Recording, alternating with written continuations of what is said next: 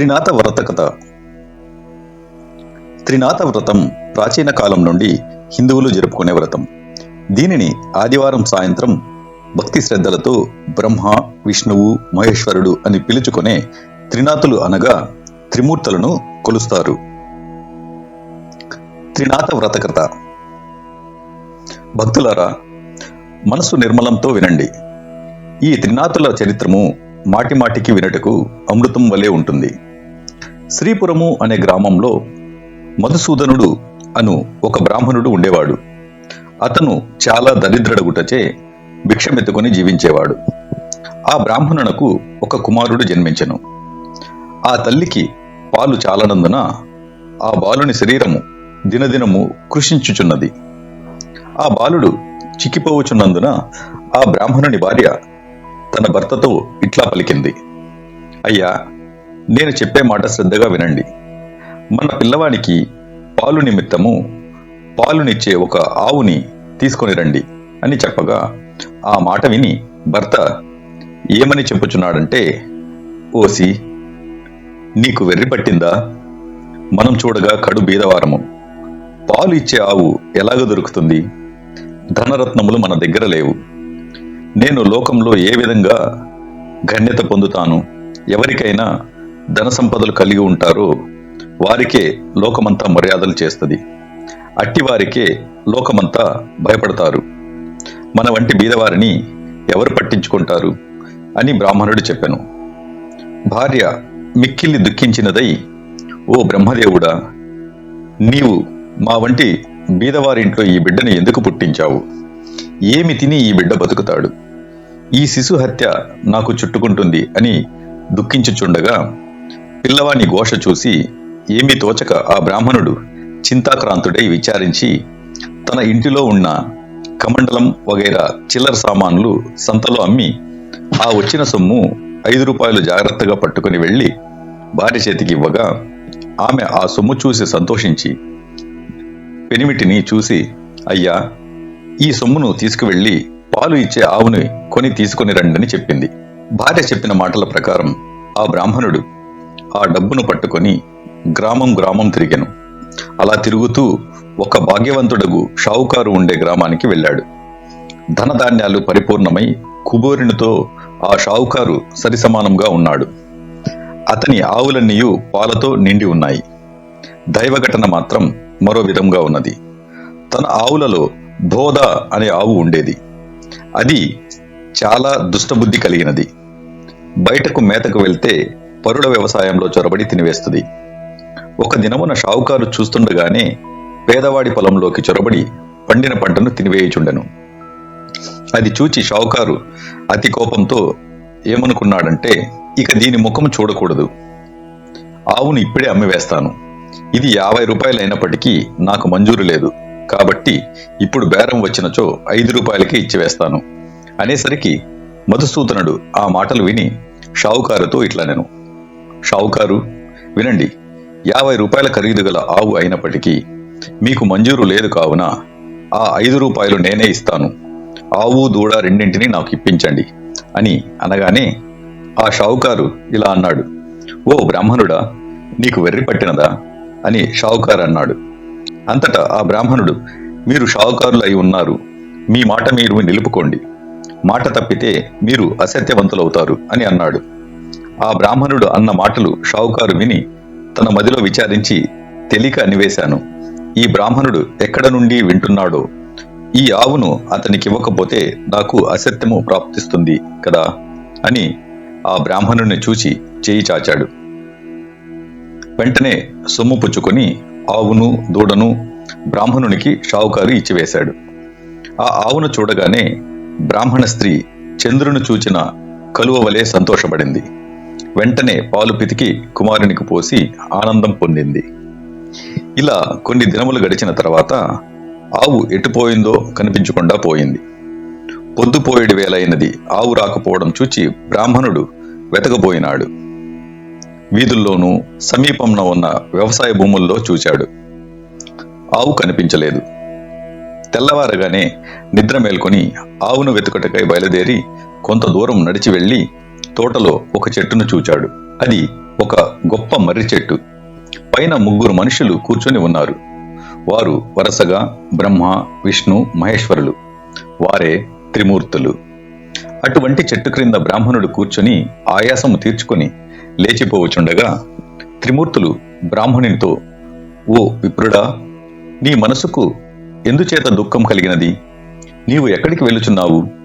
ఆ సంగతి మాతో చెప్పు అని అనగా బ్రాహ్మణుడు చేతులను జోడించి, అయ్యా, నేను కడు బీదవాడను, భిక్షమెత్తుకునే బ్రతికేవాడను.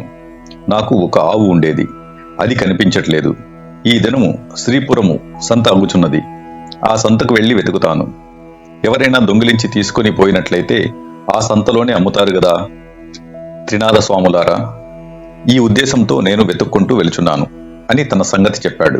అది విని బ్రాహ్మణునకు త్రిమూర్తులు ఏమి చెప్పుచున్నారంటే, నీవు ఎలాగూ సంతకు వెళ్తున్నావు కనుక మా నిమిత్తము ఏమన్నా కొన్ని దినుసులు తీసుకురావలేను అని త్రిమూర్తులు అన్నారు. అంత బ్రాహ్మణుడు ఏమి దినుసులు కావాలని అడగగా త్రిమూర్తులు ఇట్లన్నారు, 1 పైసా ఆకు చెక్క, 1 పైసా నూనె మాత్రం తెచ్చి ఇమ్మని చెప్పారు. ఆ మాటలు విని బ్రాహ్మణుడు ఏమని చెప్పుచున్నాడంటే, ఓ త్రిమూర్తులారా, నాకు పైసలు ఎక్కడ దొరుకుతాయి? నేను బీదవాడను గదా, భిక్షమెత్తుకుని జీవిస్తున్నాను అని అనగా త్రిమూర్తులు ఏమన్నారంటే, ఓ బ్రాహ్మణుడా, విను. అదిగో రెల్లి పొద కనిపిస్తున్నది కదా, దాని మొదట్లో 3 పైసాలున్నాయి అని చెప్పారు. ఆ మాటలు విని బ్రాహ్మణుడు వెళ్లి ఆ గోరంటు గడ్డి మొదలు పైకి లాగేసరికి 3 పైసాలు దొరికాయి. ఇంకా ఉండునేమోనని ఆ చెట్టునింకనూ పైకి లాగుచుండెను. అది చూచి త్రినాథుల వారు, బ్రాహ్మణుడా, నీకు వెర్రి పట్టినదా? అందులో పైసాలు లేవు, ఎంత దొరికినదో అంతే ఉంటుంది అని అన్నారు. ఆ మాటలు విని ఆ బ్రాహ్మణుడు ఆ చెట్టు నుంచి వెళ్ళిపోయాడు. కొంత దూరం వెళ్లి తిరిగి వచ్చి ఆ చెట్టు కింద నిలిచి చేతులు జోడించగా త్రినాథులు ఇలా పలికిరి, ఓ విప్రుడా, ఎందుకు వచ్చావు అనగా, అయ్యా, మీరు చెప్పిన వస్తువులు నేను ఎలాగన తెస్తాను అని ప్రశ్నించగా, నీ పై మీద గావంచాలో తెమ్మని త్రినాథులన్నారు. అందులకు ఆ బ్రాహ్మణుడు, గావంచాలో నూనె ఎలా ఉంటుంది? మీరు జగత్కర్తలు, నాతో కపటంగా చెబుతున్నారు అనగా, ఓయి, నీతో కపటంగా చెప్పలేదు. మమ్ము తలుచుకుని నూనె గవంచాలో పోసి తీసుకురమ్మని చెప్పగా ఆ బ్రాహ్మణుడు శ్రీపురం సంతలో ప్రవేశించాడు. వెళ్లి చూడగా ఆవు కనిపించలేదు. ఆకులు, ఒక్కలు, గంజాయి తీసుకుని నూనె కోసం బజారుకెళ్లి తెలికలవానితో 1 పైసా నూనె గావంచాలో పోయమన్నాడు. అందుకు ఆ తెలికలవాడు ఆశ్చర్యపడి, ఈ బ్రాహ్మణుడు పిచ్చివాడు కాబోలని నూనె లేదు అని చెప్పినాడు. అక్కడ నుండి వెళ్లి ఒక ముసలి తెలికలవాణిని నూనె అడిగినాడు. అంతా ముసలివాడు దిగుమట్టు నూనె ఎంతటిది కావాలని అడగగా 1 పైసా నూనె మాత్రమేమని బ్రాహ్మణుడు గావంచా చూపించాడు. తెలికలవాడు, ఈ బ్రాహ్మణుడు వికారపువాడు కాబోలు, వినిని మోసం చేసి పైసాలు తీసుకుంటాను అని ఆలోచించి కొలత పాత్ర తిరగవేసి నూనె కొలత వేసి ఇచ్చాడు. విప్రుడు గావంచ కొన చెంగు పట్టుకొని అచ్చట నుండి వెడలిపోయాను. అంతే, తెలికిన వాని కుండలో నూనె కొంచెమైనను లేకుండా పోయింది. అది చూచి తెలికలవాడు మూర్చపోయినాడు. తెలికల వాళ్ళందరూ పరిగెత్తుకొచ్చి ముసలివాణి ముఖంపై నీళ్లు చల్లి సేద తీర్చి కూర్చుండబెట్టినారు. ఏమి చెప్పెదను? ఎక్కడి నుంచో ఒక బ్రాహ్మణుడు వచ్చి గిద్దెడు నూనె కొన్నాడు. ఇప్పుడిట్లు వెళ్ళినాడు. అతను అలా వెళ్ళగానే కుండలో చూడగా నూనె లేదని చెప్పగా అందరూ విచారించారు. ఆ విప్రుడు మా వద్దకు వచ్చి మమ్మలను కూడా నూనె అడిగినాడు. మేం లేదని అనగా వెళ్ళిపోయాడు. ఆ విధంగా అందరూ విచారించి పరిగెత్తుకుని విప్రుని వద్దకు వెళ్లి ఇలా అన్నారు, విప్రుడా, వినండి, మీరు నూనె కొన్నారు కదా, అది కొలతకు తక్కువగా ఉన్నది, పూర్తిగా ఇచ్చివేస్తాము, పట్టుకుని వెళ్ళండి అన్నారు. మళ్ళీ విప్రుడు సంతకు వెళ్ళాడు. ఈసారి ముందు తెచ్చిన దుత్తతోనే చెమురు సరిగా కొలవగా ఎప్పటి వలె దుత్త భర్తీ అయిపోయినది. అది చూచి ముసలి తెలికలవాణి ఆనందము చెప్పనలవి కాపోయింది. విప్రుని గావంచాలో చెమురు పోశారు. అది పట్టుకుని విప్రుడు వెడలిపోయినాడు. అంతటా బ్రాహ్మణుడు త్రిమూర్తుల దగ్గరికి వచ్చి ఈ సామానులన్నీ వారికి ఇచ్చి సెలవు అడిగాడు. సెలవు అడగగానే త్రిమూర్తులు విప్రునితో ఏమన్నారంటే, ఓయి, నీ కష్టము చూచి మా మదిలో దయ కలిగినది. ఒక మాట విను. నీవు త్రినాథుల సేవ చేసినందువల్ల నీ దరిద్రము పటాపంచలై నీవు త్రినాథుల సేవ చేస్తే నీ దరిద్రము పటాపంచలై అధిక సంపదలు కలుగుతాయని త్రినాథులనగా అది విని ఆ బ్రాహ్మణుడు స్వామి, ఏ ఏ వస్తువులతో మిమ్మల్ని పూజ చేయవలనని అడగ్గా త్రినాథులు ఇలా అన్నారు: ఓ ద్విజుడా, వినండి. మా పూజకు అధిక ద్రవ్యము అక్కరలేదు, కొంచెంతోనే తృప్తి పొందుతాము. ఇప్పుడు నీవు తెచ్చిన 3 పైసల సామాగ్రి చాలు. త్రిమూర్తుల పూజా ద్రవ్యములు ఇంతే. మాకు వీనితోనే మేళా చేయండి. 3 మట్టి చిలుమల యందు గంజాయి నలిపి అందులో నిప్పుతో ధూపం వేయవలెను.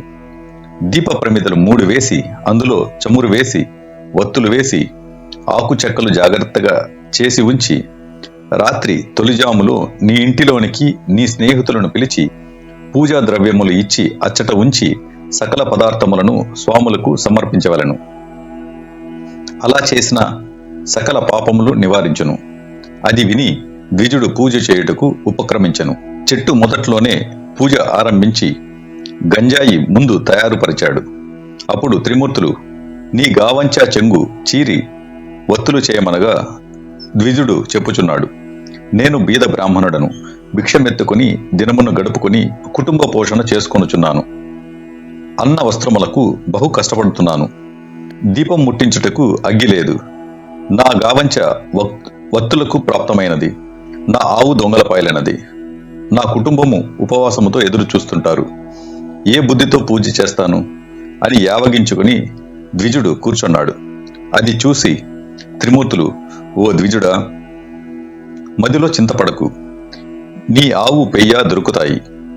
నీవు నీ కుటుంబము సౌఖ్యంగా ఉంటారు. వస్త్రములు కూడా దొరుకుతాయని చెప్పారు. అంతటా బ్రాహ్మణుడు చేతులు జోడించి, స్వాములారా, అటువంటి భాగ్యము నాకెప్పుడు కలుగుతుందో అప్పుడు 5 మేళాలు స్వామివారికి ఇస్తాను. ఈ మాట సత్యం అని చెప్పాడు. దీపం వెలిగించుటకు అగ్గి లేదే, నేను ఏం చేయగలను అనగా త్రిమూర్తులు ఇలా చెప్పారు: ఓ బ్రాహ్మణుడా, నీ 2 నేత్రములు మూసుకో. వెంటనే బ్రాహ్మణుడు నేత్రములు మూసుకోగా అకస్మాత్తుగా దీపం వెలిగినది. అది చూచి బ్రాహ్మణుడు ఆనందించి స్వామికి మేళా సమర్పించాడు. మేళా ఇచ్చి వేసి ఆనందంతో బ్రాహ్మణుడు చేతులు జోడించి సాష్టాంగ దండం పెట్టాడు. తర్వాత త్రిమూర్తుల వద్ద సెలవు పొంది కొంచెం దూరం నడిచి వెళుచుండగా త్రోవలో ఆవును దూడను చూసి సంతోషపడ్డాడు. త్రినాథుల వారు నా యందు దయ ఉంచి ఆవును పెయ్యను తెచ్చి ఇచ్చారు. వారి పూజ బాగుగా చేసినాను అని భావించుకుని ఆవును దూడను తోలుకొని పోయి ఇంటికి చేరాడు. చూడగా తన ఇంటిలో సిరి సంపదలు పరిపూర్ణముగా ఉన్నాయి. అది చూసి అధికంగా సంతోషం పొంది కడు శ్రద్ధతో పూజ అర్పించాడు. చేయవలసిన కార్యక్రమముల గురించి అందరికీ విశదముగా తెలియపరిచాడు. తన స్నేహితులను రప్పించి వెనుకటి వలె మేళా సమర్పించాడు. మేళా చేయు పద్ధతిని అందరికీ చెప్పగా అంతా ఒప్పుకున్నారు. ఆ రాజ్యంలో ఉన్న ప్రజలందరూ త్రినాథ పూజ చేశారు. అందరి ఇండ్లయందు సుఖ సంతోషములు నిండాయి. దానివల్ల షావుకారులు అందరూ వ్యాపారములు మూసివేసినారు. అందరూ ఆ దేశపు రాజు వద్దకు వెళ్లి ఫిర్యాదు చేశారు. వారిని చూచి రాజు, మీరందరూ ఎందుకు వచ్చారు అని అడగ్గా, అయ్యా, మా ఫిర్యాదు మీరు వినవలయును. మధుసూదనుడు అనే పేద బ్రాహ్మణుడు ఒకడు భిక్షమెత్తుకుని జీవించేవాడు. శ్రీపురం వెళ్లి వచ్చి త్రినాథ మేళాను ఆచరించాడు. త్రినాథులు ఏ దేవతలో వారిని ఆ బ్రాహ్మణుడు పూజించగానే సకల సంపదలు అతనికి కలిగాయి. ఊరిలోనున్న రైతులు 50 మంది త్రినాథ మేళా చేసినారు. గుడ్డివారు, కుంటివారు అందరూ కూడా ఈ మేళాను చేసినారు. అందరూ మోక్షముందినారు. ధన ధాన్యాలు కలిగి కుబేరునితో సమానమైపోయారు. మా వ్యాపారములు పోయినవి, మా క్రయ విక్రయములు ఎలా జరుగుతాయి అని చెప్పగా రాజు ఆ మాటలు విని చాలా కోపం తెచ్చుకుని సకల జనులను పిలిపించి కోపంతో ఇట్లన్నాడు: త్రినాథులు అనే దేవతలు ఏమి దేవతలు? వారిని మీరు ఎందుకు పూజించుచున్నారు? నేను చెప్పుచున్నా వినండి. ఆ పూజ మీరు చేయకూడదు. అట్లా పూజలు ఎవరు చేస్తారో వారు 500 రూపాయలు జరిమానా ఇచ్చి 6 మాసములు ఖైదులో ఉండవలేను. అట్లా కాని ఎడల శూలం వేయబడునని రాజు ప్రజలందరికీ తాకీదు ఇచ్చి పంపించాడు. ఈ సంగతి త్రినాథుల వారికి తెలిసి ఆ రాజునకు దండన విధించినారు. దాని ఫలితముగా రాజకుమారుడు చనిపోయినాడు. నగరంలో ఏడ్పు ఘోష వినిపించుచున్నది. ప్రజలందరూ రాజు వద్దకు పరిగెత్తినారు. రాజు దైవకృప తప్పడం వలన తన కుమారుడు చనిపోయాడని అనుకుంటున్నాడు. కుమారుని ముఖం చూస్తూ రాజు ఏడ్చుచున్నాడు. తల్లి, బంధువులు మొదలగు వారంతా దుఃఖించుచున్నారు. దహనము చేయుటకై స్వర్ణభద్ర నదీ తీరమందు ఆ శవమును ఉంచారు. త్రినాదులకు దయ కలిగింది. రాజకుమారుని బ్రతికించి వేద్దామా, మనకు పేరు ప్రఖ్యాతులు కలుగుతాయి అని బాగా ఆలోచించి బ్రాహ్మణ రూపంలో ఆ శ్మశానమునకు వచ్చారు. రాజును వారి సమూహమును చూసి, మీరందరూ ఈ నదీ తీరమునకు ఎందుకు వచ్చారు? ఎందుకు విచారంగా కూర్చొని ఉన్నారు? ఈ పిల్లవాడు ఎందుకు పడుకొని ఉన్నాడు? ఇతని శరీరం చల్లగా ఉన్నదే అని అడగ్గా అంతా త్రిమూర్తులతో ఇలా అన్నారు: మీతో ఏమి చెప్పగలం? రాజకుమారుడు చనిపోయాడు. ఆ రాజు ఏమి దోషం చేశాడో కాని ఇతను చనిపోయాడు. అనగా ఈ కుర్రవాడు చనిపోలేదు. త్రినాదుల వారికి రాజు అపరాధం చేసినందున ఈ చావు కలిగింది. ఇప్పుడు మీరందరూ త్రినాదులను భజించితే ఈ బాలుడు లేచి కూర్చుంటాడు.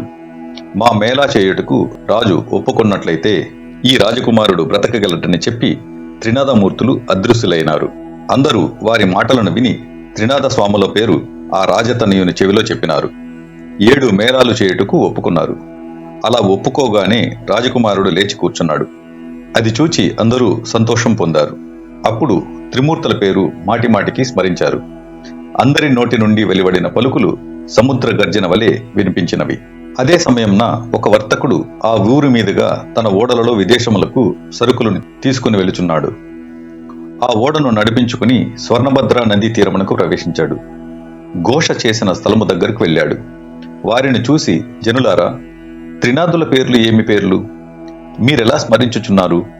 వినడానికి శ్రద్ధగా ఉన్నాయి అనగా రాజుగారి మనుషులు ఇలా అన్నారు: ఓ వర్తకుడా, వినండి. బ్రహ్మ, విష్ణు, మహేశ్వరులు అనేవారు త్రినాద స్వాములు. అటువంటి ప్రభువులను మా రాజుగారు మన్నించనందున అపరాధుడైనాడు. ఆ అపరాధము వలన ఈ రాజకుమారుడు చనిపోవుటచే ఇతనిని మేము తీసుకుని వచ్చి అగ్ని సంస్కారము చేయుటకు కూర్చొని ఉన్నాము.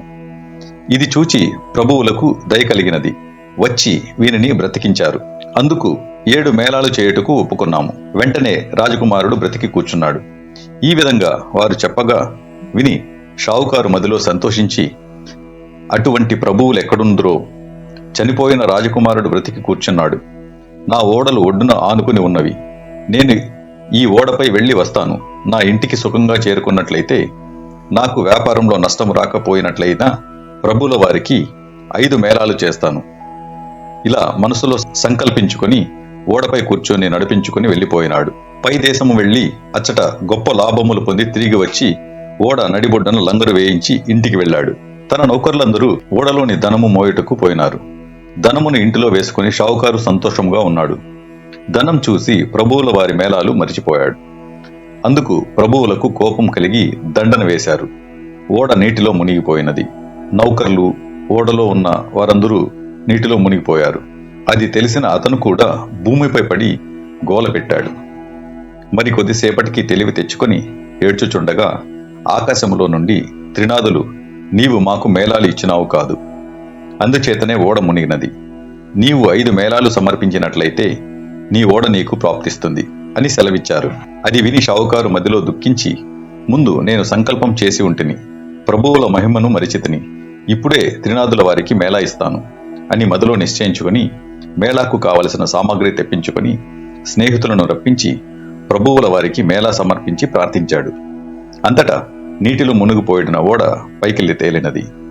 అది చూచి పట్టలేని సంతోషం పొందాడు. పరిచారికలు, నౌకర్లు ఓడలో గల మిగిలిన ధనము తీసుకుని వచ్చారు. ధనము మోయించి సావుకారి ఇంటిలో ప్రవేశించను. గంజాయి, ఆకులు, చెక్కలు అన్నీ స్వామివారికి మేళా సమర్పించి సాష్టాంగ దండ ప్రమాణములు చేశారు. రాజ్యమంతా త్రినాద స్వామి మేళా గురించి ప్రకటనలు పంపించినారు. మేళాను చూచుటకు అంతా వస్తున్నారు. ఈ పరిస్థితులలో గుడ్డివాడొకడు త్రోవను పోయేవారిని, అన్నా, మీరెవరు? మీ పేరేమిటి? మీరెక్కడికి వెళుచున్నారు అని అన్నాడు. వారు మేళా చూచుటకు అని చెప్పారు. అది విని గుడ్డివాడు, నాకు కళ్ళు కానరావు, మీరందరూ నేత్రములతో చూస్తారు, నేను దేనితో చూస్తాను అని అనగా, గుడ్డివాడా, త్రినాద స్వామి వారిని భజించుము, నీ కన్నులు బాగా కనబడుతాయి, ప్రభువుల వారి మహిమ చూడవచ్చును అని చెప్పి వారంతా మేళా వద్దకు వెళ్లారు. గుడ్డివాడు ఆ త్రోవలో కూర్చొని స్వామివారి భజన చేయుచుండగా కొంచెం కన్నులు కనిపించాయి. అప్పుడు గుడ్డివాడు కొంత దూరం పోయాడు. దారిలో ఒక సొట్టవాడు కూర్చొని ఉన్నాడు.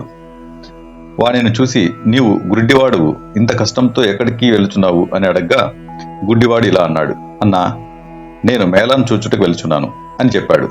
ఆ మాటలు సొట్టవాడు విని, స్వామివారి దయ నా మీద లేదు, చేతులు కాళ్ళు సొట్ట, నేనెలా నడవగలను? నీకు కాళ్ళున్నవి, దేక్కుని వెళ్ళగలవు. అంతటా గుడ్డివాడు ఇలా అన్నాడు, నీవు త్రినాథ స్వామిని భజించు, నీ కాళ్ళు చేతులు బాగవుతాయి. క్షణంలో ఇద్దరం కలిసి వెళ్దాం. నేను కేవలం గుడ్డివాడిని, ఏమాత్రం కన్నులు కనిపించటలేదు. త్రినాథ స్వామిని భజించాను కనుక కొంచెం కనిపిస్తున్నది. అందుచేత నీవు స్వామివారిని భజించావంటే నీ బాధలను నివారణ ఇస్తారు అని చెప్పగా, సొట్టవాడు త్రినాథ త్రినాథ అని భజించాడు.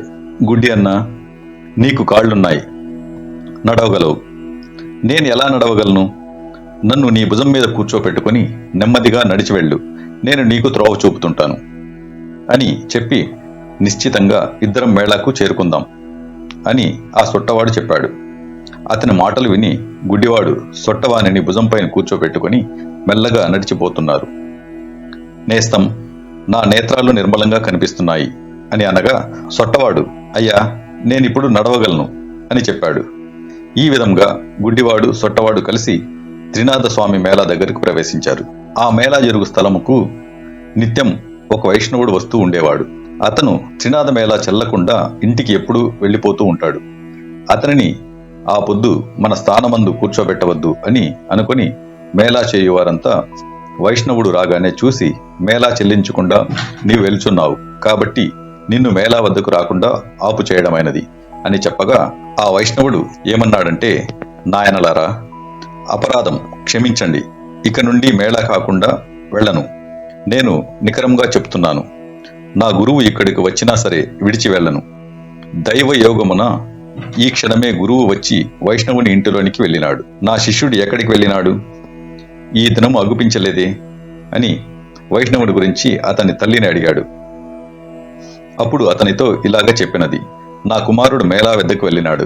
గురువు మేళా ఎవరిదని అడిగాడు. అందులకు ఆ ముసలిది, అది త్రినాథుని మేళా అని చెప్పినది. ఆ మాటలు విని గురువు అక్కడికి వెళ్లి చూడగా అంతా స్వామివారిని భక్తి శ్రద్ధలతో పూజిస్తున్నారు. అది చూచి గురువుకు కోపం వచ్చి బాగా తిట్టి మేళా స్థలమును సామాగ్రిని కాలితో తన్నివేశాడు. తరువాత వైష్ణవుని పట్టుకుని బరబరా లాక్కుని పోయాడు. కొంత దూరం వెళ్లేసరికి బోరున వర్షం కురియసాగింది. కటిక చీకటి కావడం వలన త్రోవ కనిపించలేదు. గురు శిష్యులు చెల్లాచెదరై అతి కష్టం మీద గురువు గారి ఇంటికి చేరుకున్నారు. గురువు ఇంటిలో చూడగా అతని తల్లి గడప వద్ద కూర్చుని ఏడ్చుచున్నది. గురువు ఆశ్చర్యపడి లోనికి పోయి చూడగా అతని భార్య కుమారుడు చనిపోయారు. వారిని చూచి గురువు మూర్ఛపోయాడు. శిష్యుడు పట్టుకుని లేపి కూర్చుండబెట్టి ముఖముపై నీళ్లు చల్లి, అయ్యా, తమరు త్రినాథ స్వామి వారికి అపరాధులు, త్రినాథ మేళాను పాడు చేశారు. అందుకే మీకిది ప్రతిఫలంగా దక్కింది. మీరు నిష్ఠతో స్వామివారి మేళాను చేసిన ఎడల మీ భార్య కుమారులు బ్రతుకుతారు అని శిష్యుడు చెప్పగా, ఆ మాటలు విని గురువు 5 మేళాలు ఇచ్చుటకు ఒప్పుకొనగా వెంటనే భార్య కుమారులు లేచి కూర్చున్నారు.